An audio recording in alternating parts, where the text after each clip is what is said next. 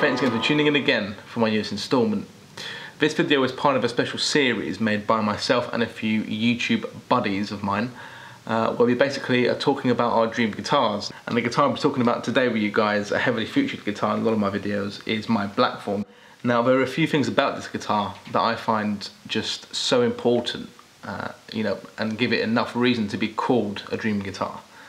Now it's handmade, and I love the idea that this has been handmade by a good friend of mine in his shed, in his workshop, with no CNC, no sort of modern appliances at all. It's just a bandsaw and hand tools, and just a lot of determination and a lot of passion and skill for what he does.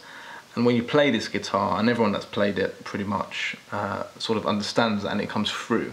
Not only in just the way the guitar looks, the way the guitar feels, just the way it sounds, and just the general feel that you get when you look at it as well. Something that's really important is that handmade aspect. Now, apart from that, obviously it's got a very unusual selection of woods. We have a sapele back, mahogany. That's what Nathan had lying around and wanted to use that.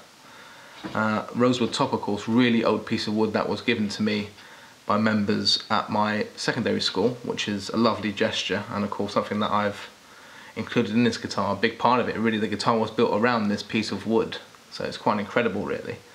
A fantastically, wonderfully figured neck. I mean, for God's honest truth is, you just don't see this kind of wood really anywhere on any sort of production guitar.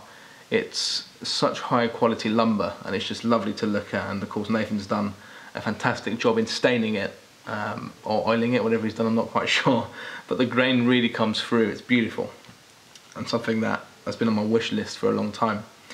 Apart from that, you've got your stainless steel frets, which I'm intrigued by. They kill the strings a bit faster, but to be honest with you, it's well worth it. Brass nut, just a preference of mine, really. Probably Ingvar Malmsteen's fault. Just a beautiful neck profile. I mean, I think it was a case that Nathan was going down it with a wood plane, because obviously he does it all by hand, and he just got to a certain point where he looked at it and thought, yeah, well, it looks about right, that, and he stopped, and that of course became the neck profile. And as soon as I picked up this guitar, I'd never felt any sort of profile like it. It's very unusual, but it's just so unbelievably comfortable. And I've said to Nathan since that he needs to clone this for future reference. But there's so many features on it, it's really hard to go through it all. But one massively important feature are, of course, the pickups, which again comes back to the sort of handmade element of it, really.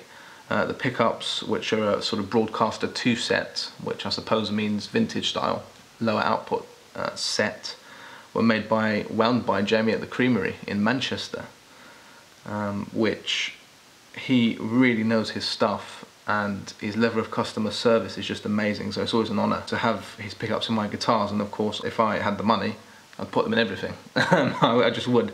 So all in all, it's a guitar that plays well, it's a guitar that sounds fantastic, it looks unusual, but it's very personalised to me, and that takes it obviously much closer to being a dream guitar.